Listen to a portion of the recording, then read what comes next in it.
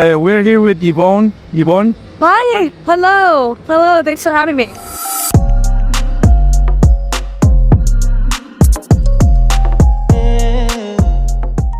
how it was for you to be working on such a big franchise like Avatar?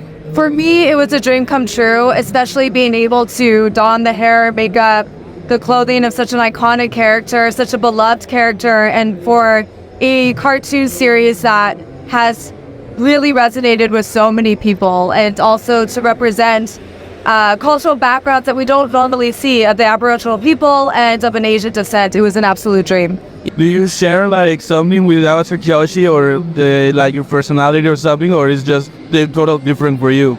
And one thing that, not one thing, but one of the biggest things that I really resonated with Avatar Kyoshi from reading the books is what I loved about the books is that it really showed her inner dialogue of how she felt being the Avatar and having all these expectations of her. And what I really resonated as a human being with her was what we call the imposter syndrome, where there's always that self-doubt, self-consciousness of, am I doing everything that I could be doing? Am I doing the right thing?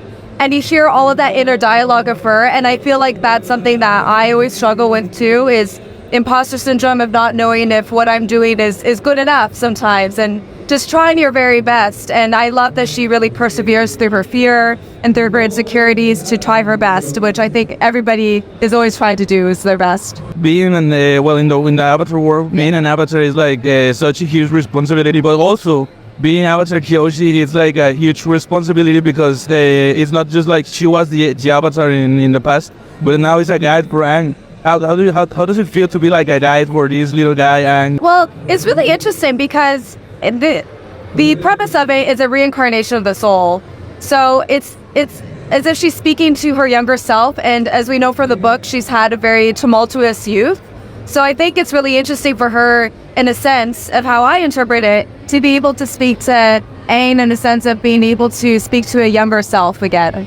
So I think it's a big responsibility in trying to guide that and trying to help and navigate through the hardships that is inevitable with being the Avatar. Were you familiar with Avatar before doing this, or your first connection with this series and everything was when you were cast as Avatar Kyoshi? I was familiar with Kyoshi from the cartoons, but not until I was cast did I read the books. Okay. And then I got really familiar with her and absolutely fell in love with her backstory and her upbringing and everything that she's gone through. So that's when I really got more familiar with her, because as we know in the original cartoon series, she doesn't appear too much. No, yeah, but she has a spectacular backstory. When you go deeper into her, It's phenomenal. it's phenomenal. Yeah, you as an actress, you as an artist.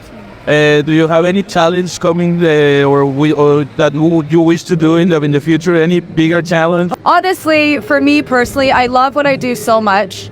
I just hope to keep working. As we know, being an artist, being an actor especially, you're just always hoping that you get to do what you love to do. Unfortunately, right now I get to, and I hope I can continue to do that. We hope you the best wishes. Thank you so much. Thank you so much. Oh. Thank you so much for the time and for being with us. Thank you.